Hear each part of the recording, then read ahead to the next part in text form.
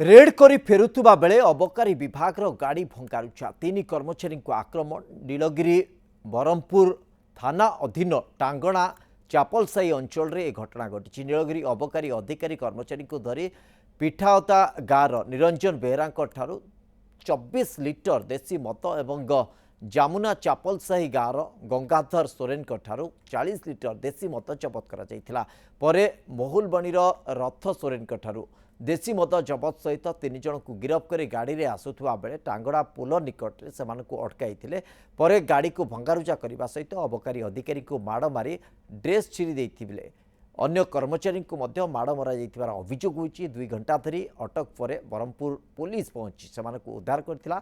ए घटना रे मोट 4 जन को गिरफ्त कर।